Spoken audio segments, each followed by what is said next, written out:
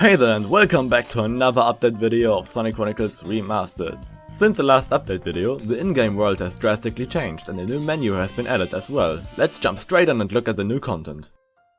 The first thing that shall catch your eye is the new Green Hill. Before, the modeling and designing process was very slow, since we didn't have a set style yet. So, a month ago, I started from scratch and remodeled the entirety of Green Hill, or at least what we had so far.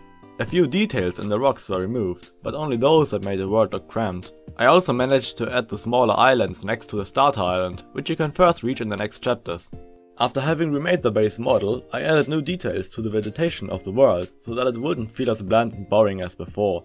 Finally, after a bit of researching and experimenting, I managed to add grass to the surface of the ground and also added more detailed patterns and dirt paths. In case your computer can't handle much grass, we added the option to adjust the grass density of the game in the options menu.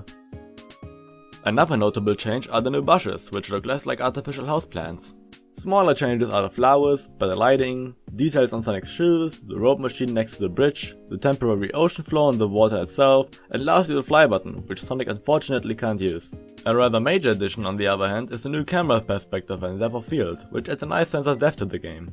The next major addition is the Miles Electric Light, or short MEL. The MEL is kind of an innovation of ours.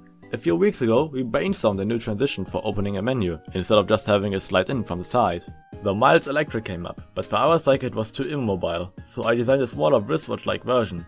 In doing so, I remembered that Sonic was contacted by Tails at the end of the first cutscene in Chronicles, and even though I forgot that the device was actually visible, the design I came up with was almost identical in shape. And here it is! When opening a menu, the MEL will be moved into the screen and activate with a little flash. The menus themselves will look just as before, but when closing, a screenshot will be drawn onto the MEL screen and it will close like it has opened. The last big addition is the fifth finished menu, the overworld map. Okay, well, some features are still to be done, but those will be made later in development.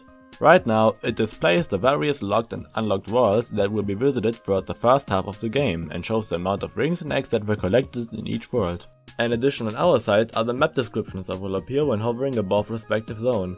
If you want to read them, pause the video when the text is being displayed. The last in-game addition is the remade artwork for the seat, which has been made by our newest artist Cloverleaf. Outside of what is in-game, 5 char models have been finished: Spatoy, Tupelo, Ferox, Ovos and Cuna. We also finished a new soundtrack, being the one for Central City. You can check it out over on GetClose channel, it's really ear candy to listen to. Links are in the description. As for future progress, we are going to work on the char menu, which will host all of the collected char and will also be done entirely 3D like the map menu. More parts of Green Hill will be modeled, and I'm also currently working on redoing the animations for the new Sonic rig, since the old animations used aren't compatible anymore. I will also most likely start work on the base of the battle system, since after 2 years, the team eagerly wants to see that part of the game, and it's probably not just the team that wants to see how the fights will look.